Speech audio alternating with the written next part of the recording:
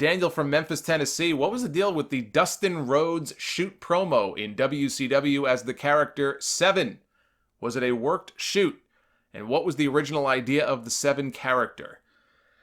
So this is a kind of a loaded question here. So the Seven character was based off of a movie that came out in the late 90s called Dark City. It had, who did it have? It had Kiefer Sutherland and Jennifer Connelly, and it might have had a couple of other names in it. But it was called Dark City, and if you remember, I saw that movie a long time ago. Clearly the look of the Seven character was based off of, there were characters in this movie that looked very similar. So they had these grand ideas for it, and they had weeks and weeks of vignettes that were building to the debut of this mysterious new character. We didn't know who it was or what it was. And then finally on Nitro, Seven made his debut, and it was this elaborate entrance. They had smoke, it was dark, it was very Undertaker-esque. He floated to the ring. He didn't walk to the ring. In midair, he floated to the ring. And as the story goes, standards and practices over at Turner, they basically put the kibosh on the character, or at least there were issues involving the character. Maybe they wanted it to go in a different direction than what was originally planned, because there was the feeling that if you look them up, the old vignettes building to the character, they show a young child in his bedroom, and there's this really creepy voice. We can hear the voice. We don't know who it's coming from. And the voice says, come to your window. And the kid goes up to the window. And there's Goldust, but he's dressed up as this Seven character. He's like all white. He's got a black hat on. He puts his hand up against the window to touch the kid's hand. And then I think when the kid turns around, his eyeballs are all black. It was creepy.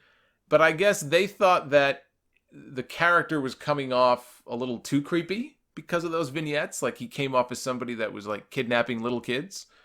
And so they had months of vignettes like this. And my timeline could be off here. I want to say, at least the version of events that I am aware of, it may have been an idea or a character that was conceived of while Eric Bischoff was still in power. I don't want to say it was Bischoff's idea. It could have been somebody else's idea, but I think Bischoff was in power. Bischoff either left or got fired. Russo came in. And then it was a few weeks later, I think, that Seven made his debut on television. And it may have just been that Russo decided to cut bait on the character, or just take the character in a totally different direction. The direction that you would expect the Vince Russo character to take, which is that Seven came down to the ring after this elaborate entrance, and the very first words out of his mouth, cut the music, and then he went into his promo. It was supposed to be a shoot, where you thought that he's coming out and shooting on this terrible character. Look at what they're making me do. I was Goldust in WWF, and Goldust sucked, which Goldust did not suck.